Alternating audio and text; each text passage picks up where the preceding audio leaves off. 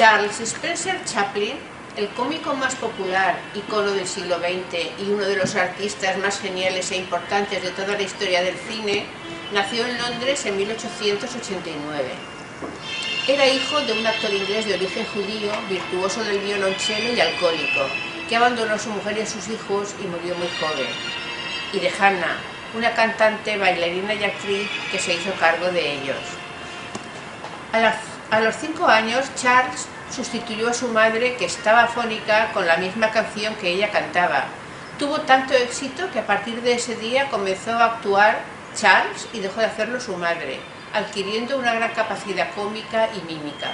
Desgraciadamente, Hannah, alcohólica, se volvió loca y hubo de ser internada en un manicomio, dando comienzo para los hermanos Sidney y Charles un largo periplo por orfelinatos e instituciones de caridad que continuó al morir su madre, alternando con trabajos ocasionales en las calles de Londres y en el teatro, cantando y haciendo mimo y viviendo en extrema pobreza. A partir de los 12 años trabajó en varias compañías teatrales, hasta que con una troupe cómica llegó a Estados Unidos, donde lo vio actuar el productor Mack Sennett y lo contrató.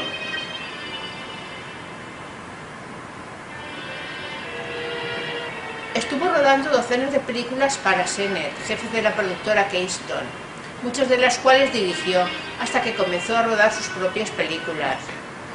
Entre 1914 y 1923, Chaplin interpretó, escribió, musicalizó, supervisó la fotografía, dirigió y produjo 69 filmes, creando el personaje más universal que ha dado el cine, Charlotte.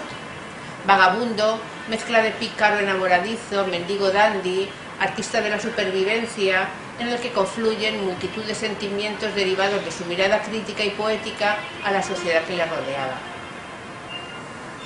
El mismo Chaplin dio a su personaje el vestuario y maquillaje que lo identifica, formado por prendas de vestir prestadas, los pantalones del gordo Fatty Arbuckle y el sombrero hongo del suegro de este, que tenía la cabeza muy pequeña, una estrecha chaqueta de Charles Avery y un bastón que el mismo Chaplin manejaba con soltura. Las botas eran tan grandes que para que se le sujetasen había de llevarlas con el pie cambiado, y todo esto lo acompañaba con un bigotito cortado bajo la nariz. Este personaje, que le acompañó desde sus primeros tiempos hasta la película Tiempos Modernos, fue creado y desarrollado durante 22 años. En 1919 rodó su primer largometraje, El Chico, obra social con elementos autobiográficos y su preocupación por los niños abandonados. Ese mismo año creó, junto a otras estrellas como Mary Pickford, Douglas Fairbanks y David W. Griffith, la compañía independiente United Artists. En los años 20 produjo varias de sus obras maestras. Fue una década muy convulsa debido a sus grandes escándalos sexuales. Chaplin, que estaba divorciado de la actriz Mildred Harris, con quien se había casado embarazada un año y medio antes, era muy aficionado a las jovencitas. El gran escándalo se produjo cuando Lita Grey, que había aparecido en la película El Chico, se convirtió en objeto del deseo de Chaplin, quien nunca pensó que tendría que casarse con ella cuando la actriz quedó embarazada del cómico con solo 16 años. Tras un tormentoso matrimonio y un sonado pleito, se divorciaron en 1927. En 1933, Paulette Goddard se convirtió en su tercera esposa, divorciándose en 1942. Y en 1943 se casó con Ona O'Neill, hija del escritor Eugene O'Neill, con quien compartió el resto de su vida y con quien tuvo 8 hijos de los 11 que tenía el cómico. En 1925 dirigió La Quimera del Oro y en 1928 El Circo. En esos tiempos, el comienzo del cine sonoro vio caer a grandes directores y actores de cine mudo. Esto preocupó a Chaplin, pero sus siguientes películas siguieron siendo eminentemente de mímica y pantomima muda, aunque incluyó sonidos y música. Su primera película hablada, El Gran Dictador, la rodó en 1940. Además de ser empresario, escribir el guión, interpretar y dirigir sus películas, compuso también la música, aunque la faceta de compositor ha quedado un poco en la sombra No sabía música, pero se valió de arreglistas para que pusieran sus ideas en el papel. También en esta faceta abundan datos y anécdotas. Por ejemplo, en Luces de la ciudad, un vagabundo quiere ayudar a una muchacha ciega que vende flores. El tema musical suena cada vez que aparece la muchacha o que el vagabundo piensa en ella. Esa melodía, cuyo título es La violetera del maestro Padilla, aparece en los títulos de crédito de la película como compuesta por Charles Chaplin.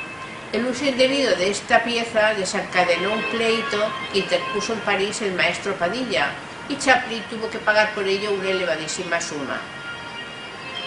El trasfondo social de las películas de Chaplin, la sátira contra las dictaduras de la película El gran dictador, en la que interpreta caricaturescamente a Hitler, desataron las críticas del puritanismo americano.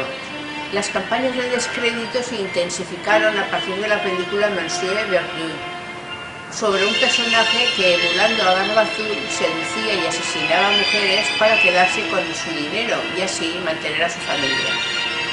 El trasfondo comparativo entre los crímenes de Verdoux, interpretado por Chaplin, y lo que hacían los aliados durante la Guerra Fría no gustó a las autoridades y patriotas americanos. Además, fue acusado por la Comisión de Actividades Antiamericanas de simpatizar con el comunismo, y aunque se negó a declarar, Chaplin tuvo que exiliarse de Estados Unidos en 1953.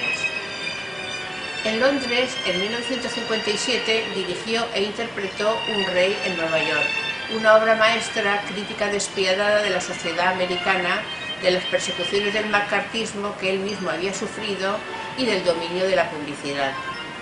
En 1972 decidió regresar a esa América a la que había jurado no volver para recibir un Oscar especial en medio del entusiasmo popular.